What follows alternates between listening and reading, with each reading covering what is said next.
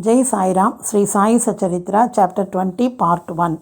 Dasganu's problem solved by Kaka's maid servant. In this chapter, Hemabad describes how Dasganu's problem was solved by Kaka Sahib Dikshit maid servant. Preliminary. Sai was originally formless. He assumed a form for the sake of bhaktas.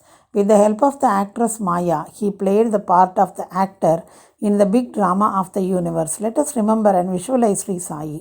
Let us go to Shirdi and see carefully the programs after the noon Arati. After the Arati ceremony was over, Sai used to come out of the masjid and standing on its edge, distribute Udi to the devotees with very kind and loving looks. The bhaktas also got up with equal fervor, clasped his feet, and standing and staring at him enjoyed the shower of Udi. Baba passed handfuls of Udi into the palms of the devotees and marked their foreheads with Udi with his fingers. The love he bore for them in his heart was boundless. Then he addressed the bhaktas as follows: O Bhav, go to take your lunch. You Anna, go to your lodgings. You Bapu, enjoy your dishes. In this way, he accosted each and every devotee and sent them home. Even now, you can enjoy these sights if you bring into play your imagination. You can visualize and enjoy them. Now, bringing Sai before our mental vision, let us meditate on him from his feet upwards to his face, and prostrating before him humbly, lovingly, and respectfully, revert to the story of this chapter. Isavashi Upanishad. Dasganu once started to write a Marathi commentary on the Isavashi Upanishad. Let us first give a brief idea of this Upanishad before proceeding further.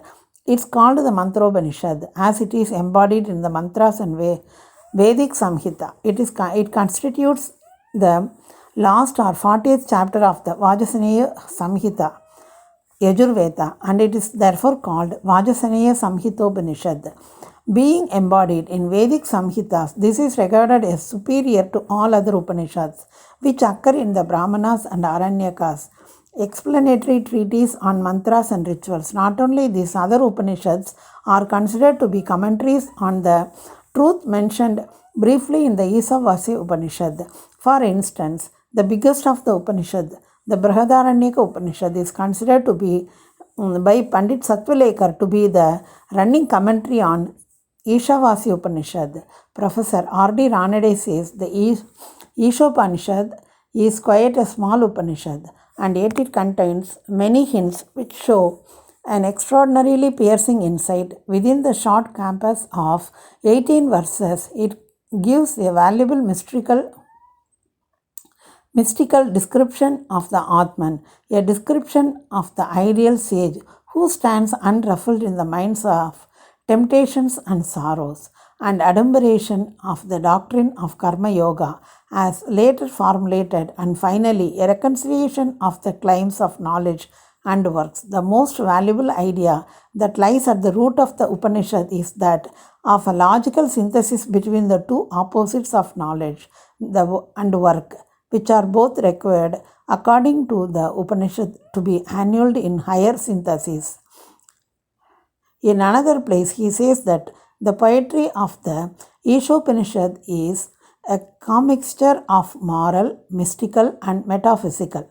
From the brief description given above about this Upanishad, anyone can see how difficult it is to translate this Upanishad in a vernacular language and brief out its exact meaning. Dasganu translated it in Marathi OV meter, verse by verse, but as he did not comprehend the gist or essence of the Upanishad, he was not satisfied with his performance. He therefore consulted some learned men regarding his doubts and difficulties and discussed with them at great length. They did not solve them, nor did they give him any rational or satisfactory explanation. So Dasganu was a little restless over this matter. Sadguru, only competent and qualified to explain. As we have seen, this Upanishad is the quintessence of the Vedas. It is the science of self-realization. It is the Shide or weapon which can rend asunder the bondage of life and death and make us free. Therefore, he thought that he who has himself attained self-realization can only give him the true or correct interpretation of the Upanishad. When nobody could satisfy Dasganu, he resolved to consult Sai Baba about this. When he got an opportunity to go to Shirdi, he saw Sai Baba, prostrated himself before him, and mentioned his difficulties about the Isavashi Upanishad and requested him to give the correct solution. Sai Baba blessed him and said, "You need not Look at this. be anxious. There is no difficulty about the matter.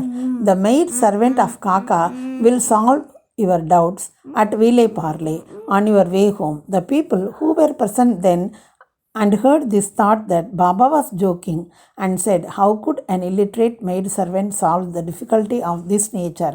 But Dasganu thought otherwise. He was sure that whatever Baba spoke must come true. Baba's word was the decree of the Brahman Almighty. Jai Sai Ram.